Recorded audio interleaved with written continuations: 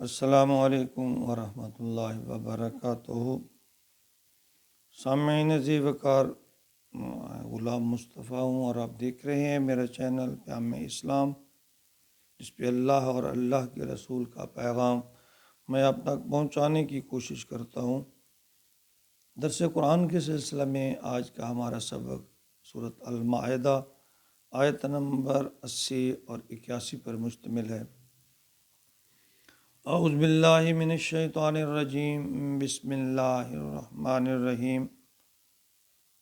ترى كثيرا منهم يتولون الذين كفروا لبئس ما قدمت لهم أنفسهم أن سخط الله عليهم وفي العذاب هم خالدون ولو كانوا يؤمنون بالله والنبي وما أنزل إليه وما اتخذوه أولياء ولكن كثيرا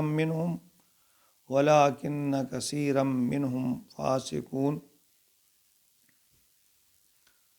قرآن حکیم کے جو احکامات ہیں وہ دائمی ہیں، عمومی ہیں، اور فطرت کے جو اصول ہیں وہ بھی دائمی ہیں۔ یعنی جھوٹ بولنے والا، دھوکہ دینے والا اللہ کو سخت ناپسند ہے، اگرچہ اس نے کلمہ پڑھ رکھا ہو، وہ اپنے آپ کو مومن کہتا ہو۔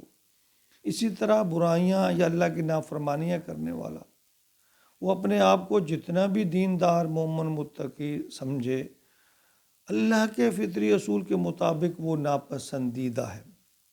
اور ان آیت میں یعنی جن لوگوں کا ذکر ہے، انہیں کہا گیا ہے کہ کافروں سے دوستی نہ رکھو۔ کافر کون ہے یہ دیکھنا ہے ہم نے۔ ہر وہ شخص جو اللہ کے حکم کا انکار کرتا ہے وہ کافر ہے۔ اگر اس کے قول و فعل سے اللہ کے حکم کی پاسداری نہیں تو وہ کافر ہے۔ کافر کے لغوی معنی انکار کرنے والے کے ہیں۔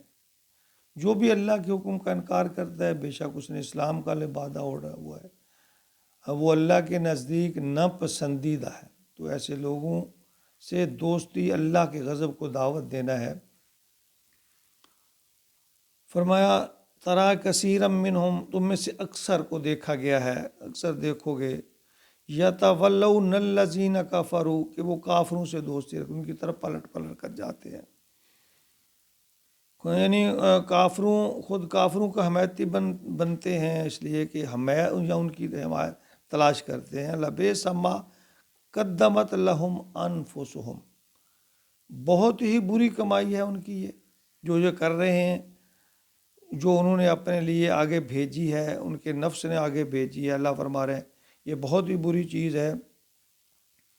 ان سخط اللہ علیہ، یعنی اللہ تعالیٰ کا ان پر عذاب ہوگا، غضب ہوگا، اللہ سخت ناراض ہوں گے ان کے اس عمل پر۔ وفی العذاب ہم خالدون، اور وہ عذاب میں ہمیشہ رہیں گے، یعنی ان کے لیے ہمیشہ رہنے والا عذاب ہے۔ وَلَوْ كَانَ يُؤْمِنُونَ بِاللَّهِ، اور اگر یہ ایمان لاتے اللہ پر، باللہ والنبی، اور نبیوں پر، وما انزل الیہ، اور جو نازل کیا گیا انبیاء پر، یعنی قرآن حکیم، متخذوا اولیاء، تو پھر انہوں نے ان کافروں کو ولی نہ بنایا ہوتا ہے۔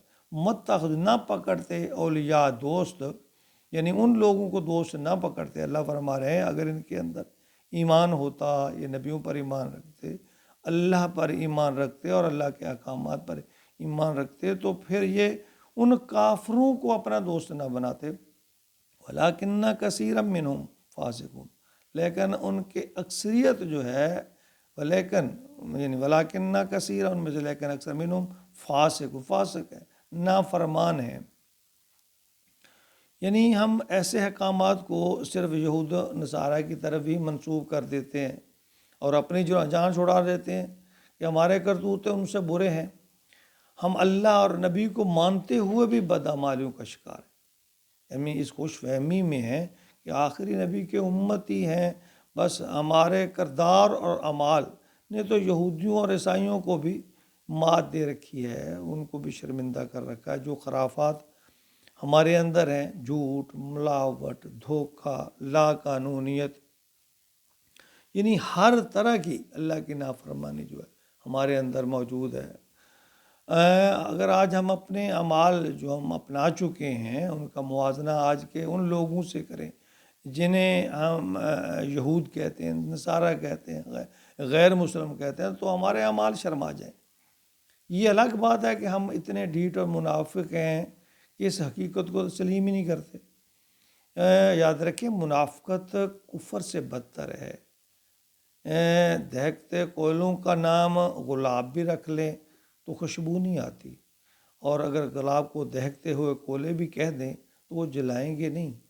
تو ہمیں یہ احساس کرنا چاہیے کہ ہم کدھر کو جا رہے ہیں، کہ جو خرافات، جو غلطیاں جو ہمارے اندر موجود ہیں وہ تو کافروں میں بھی آج کل نہیں ہے، جو ہم یعنی باوجود اس کے کہ ہم آخری نبی پر ایمان رکھتے ہیں، کلمہ پڑھا ہے، اپنے آپ کو مومن کہتے ہیں، تو ہمیں اپنا محاسبہ کرنا چاہیے کہ جب دیکھیں مسلمان مومن تو ہم کہلانے کے اسی وقت حقدار ہیں جب ہم اللہ کے حکموں کی فرما برداری کریں گے، نبی اکرم صلی اللہ علیہ وآلہ وسلم کے احکامات کی اطاعت کریں گے، تو تبھی عمل ہی ہے نا، عمل کے بغیر تو کچھ نہیں، یعنی بغیر عمل کے ایمان فضول ہے۔ ایمان عمل ہی ایمان کو مکمل کرتا ہے۔ ہمیں چاہیے ہم اپنے نبی کے احکامات اور اللہ کے جو احکامات ہمیں اس قرآن سے ہمیں جو سبق ملتا ہے اس پر عمل کریں، عمل کرنے کی کوشش کریں، تبھی ہم مومن کہلائیں گے اور اللہ کی رحمت کے مستحق ٹھہریں گے اور اللہ کے نبی کی شفاعت کے مستحق ٹھہریں گے۔ یہ نہیں ہے کہ عمل تو کچھ نہیں ہے، پلے تو کچھ نہیں ہے اور دعوے کرتے پھریں یا امیدیں لگا کے بیٹھیں۔ اللہ نے تو اپنے نبی سے بھی کہہ دیا کہ اے نبی میری اپنی نبوت کا حق ادا کرنا ہے آپ نے، اور اگر آپ نے میرا پیغام لوگوں تک نہیں پہنچایا صحیح طریقے سے تو آپ نے حق ادا نہیں کیا۔ تو ہمیں بھی یہ نہیں ہے کہ بغیر ہم اس عمل کے اسی بل بوتے پر کہ ہم آخری نبی کے امتی ہیں بخشے جائیں گے، اعمال کام آئیں گے۔ اللہ تعالیٰ ہمیں اعمال صالحہ اور خاص طور پر اخلاص کے ساتھ کرنے کی توفیق عطا فرمائے، آمین۔